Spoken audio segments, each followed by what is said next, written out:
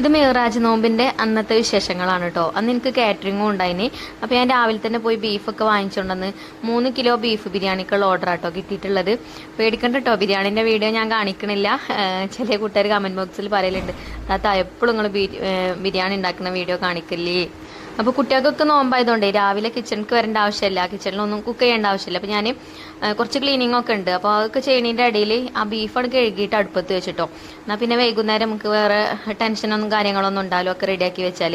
പിന്നെ ഞങ്ങൾക്ക് നോമ്പ് തുറക്കുന്ന സമയത്ത് ഞാൻ കഴിക്കാൻ ഉണ്ടാക്കുന്നത് പാലപ്പം ബീഫ് കറിയാണ് കേട്ടോ. അപ്പോൾ ഞങ്ങൾക്കും ബീഫ് വാങ്ങിച്ചിട്ടുണ്ടായിന്, അപ്പോൾ അതും കഴുകി വെച്ചിട്ടുണ്ട്. അപ്പോൾ ഞാൻ പാലപ്പത്തിനുള്ള മാവ് കൂട്ടി വെക്കാണ് കേട്ടോ. പാലപ്പം മിക്സ് ഉണ്ടായിന് എൻ്റെ കയ്യിൽ, അതിൽ കുറച്ചുള്ളൂ കേട്ടോ. ഇതിൻ്റെ മുന്നേ ഞാൻ ഒരു പ്രാവശ്യം ഉണ്ടാക്കിയിട്ടുണ്ടായിന്. അപ്പോൾ അതിന് കുറച്ച് പൊടി എടുത്തിട്ട് ഇതേപോലെ കപ്പി കാച്ചി എടുത്തിട്ടുണ്ടായിന്. പിന്നെ ഒരു 1.5 കപ്പ് പച്ചരിയും വെള്ളത്തിലിട്ടിട്ടുണ്ടായിന്. ആ അരി വെള്ളത്തിലിട്ട് കുതിർത്തിയതും ആ കപ്പി കാച്ചിയതും ഒക്കെ കൂടെ അരച്ചെടുത്ത് ഒരു പാത്രത്തേക്ക് ഇട്ട് കൊടുത്തിട്ടുണ്ട്. പിന്നെ ഇതാ ഇതിലേക്ക് തേങ്ങ ചെരുവിയതും ഇട്ട് കൊടുത്തിട്ടുണ്ട്. കപ്പി കാച്ചിയത് ചേർക്കുമ്പോൾ പിന്നെ ചോറ് ചേർക്കേണ്ട ആവശ്യമില്ല കേട്ടോ. പിന്നെ ഈസ്റ്റും 2 സ്പൂൺ പഞ്ചസാരയും കൂടെ ചേർത്ത് അരച്ചെടുത്തിട്ടുണ്ട്. പാലപ്പത്തിന്റെ റെസിപ്പി ഒക്കെ വേണ്ടവർക്ക് നമ്മുടെ ചാനലിൽ ഇഷ്ടംപോലെ ഉണ്ടാവും കേട്ടോ. പഴയ വീഡിയോസ് ഒക്കെ ഒന്ന് നോക്കിയാൽ മതി. അങ്ങനെ മാവൊക്കെ കൂട്ടി വെച്ചിട്ട് പിന്നെ പോയി കുറച്ച് നേരം റെസ്റ്റ് ഒക്കെ എടുത്തിട്ടോ. പിന്നെ ഒരു 3-3:30 ഒക്കെ ആയപ്പോഴാണ് കിച്ചണിക്ക് വന്നിട്ടുണ്ടായിരുന്നത്. അപ്പോൾ ബിരിയാണി ഉണ്ടാക്കണേ ഞാൻ കാണിച്ചിട്ടില്ല കേട്ടോ. പിന്നെ ബിരിയാണിക്കുള്ള സവാളൊക്കെ ഞാൻ കട്ട് ചെയ്തൊക്കെ റെഡിയാക്കിയിട്ടുണ്ടായിരുന്നു.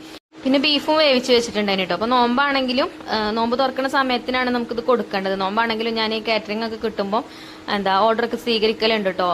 നമുക്കപ്പോൾ അതിനുള്ളൊരു ശക്തി ഉണ്ടാവും. ഇനിയിപ്പോൾ നോമ്പ് നോറ്റിക്കണ് വിചാരിച്ചിട്ട് അങ്ങനത്തെ കുഴപ്പവും കാര്യങ്ങളൊന്നും ഉണ്ടാവില്ല കേട്ടോ. റമദാൻക്കും ഇതേപോലെ നോമ്പ് തുറക്കുന്ന സമയത്തിന് ആരെയിലൊക്കെ ഫുഡ് ഉണ്ടാക്കി കൊടുക്കാൻ പറഞ്ഞാൽ ഞാൻ ഉണ്ടാക്കി കൊടുക്കലുണ്ട്. അപ്പോൾ നമ്മളൊരു ബിസിനസ് ചെയ്യുമ്പോൾ നമുക്കതാണ് വേണ്ടത്. നമുക്ക് മടിയും കാര്യങ്ങളൊന്നും ഉണ്ടാവാൻ പാടില്ല. നമ്മളെ കസ്റ്റമേഴ്സ് നമ്മളോട് എനിക്ക് ഇന്ന സമയത്തിന് ഇത് ഉണ്ടാക്കി തരുമോ ചോദിക്കുമ്പം എനിക്ക് കൂടൂല, എനിക്ക് നോമ്പാണെന്നൊന്നും പറയാൻ പറ്റില്ലല്ലോ. അപ്പോൾ ഞാൻ എന്തായാലും കുട്ടികളുണ്ടല്ലോ വീട്ടിൽ, അപ്പോൾ ബിരിയാണി ഉണ്ടാക്കാനൊക്കെ ഏറ്റാലും ബിരിയാണിയൊക്കെ ഞാൻ ദമ്മിലാക്കി അടുപ്പത്തൊക്കെ വെച്ചിട്ടോ. പിന്നെ ഇന്ന് നമുക്ക് സ്നാക്സ് ആയിട്ട് ചിഞ്ചുമോള് ബർഗർ ഉണ്ടാക്കുന്നുണ്ട്. പിന്നെ ഞാൻ പോയി അസറൊന്നും നിസ്കരിച്ചിട്ടില്ലേ, ഞാൻ അങ്ങനെ അതൊക്കെ നിസ്കരിച്ചൊക്കെ വന്നു. അപ്പോൾ തന്നെ നമ്മൾ ഫുഡ് കൊണ്ടുപോകാൻ വന്നിട്ടുണ്ടായിന്. ബാബുവിൻ്റെ ഫ്രണ്ടിൻ്റെ വീട്ടിലേക്കാണ് കേട്ടോ നമ്മൾ ഫുഡ് ഉണ്ടാക്കി കൊടുത്തത്. അപ്പോൾ ഒരു വന്ന ഫുഡൊക്കെ കൊണ്ടുപോയി. പിന്നെ ചിഞ്ചുമോള് ബർഗറും ഉണ്ടാക്കിയിട്ടുണ്ട്. മഞ്ചുമോളെ വക ജ്യൂസും കേട്ടോ, മുന്തിരി ജ്യൂസും അടിച്ചിട്ടുണ്ട്. അപ്പോൾ മക്കളും കൂടി നമ്മളെ ഹെൽപ്പ് ചെയ്യുമ്പോഴേ നമുക്ക് അങ്ങനെ മടുപ്പും കാര്യങ്ങളൊന്നും തോന്നൂല. പിന്നെ എൻ്റെ ഐഫക്കുട്ടിയൊക്കെ നോമ്പുണ്ട് കേട്ടോ. ഐഫക്കുട്ടിയൊക്കെ പറ്റേ കുഴങ്ങിയിട്ടുണ്ട്. അപ്പോൾ എന്തായാലും നോമ്പൊക്കെ തുറന്ന് ഞങ്ങൾ പിന്നെ ഇഷാൻസ്കാരൊക്കെ കഴിഞ്ഞതിന് ശേഷമാണ് നമ്മളെ പാലപ്പം ചുട്ടതൊക്കെ കേട്ടോ.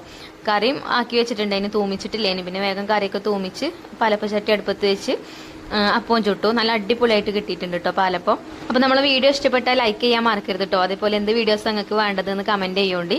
അപ്പോൾ ഇൻഷാല്ലാ അടുത്ത വീഡിയോയിൽ കാണാം. Thank you.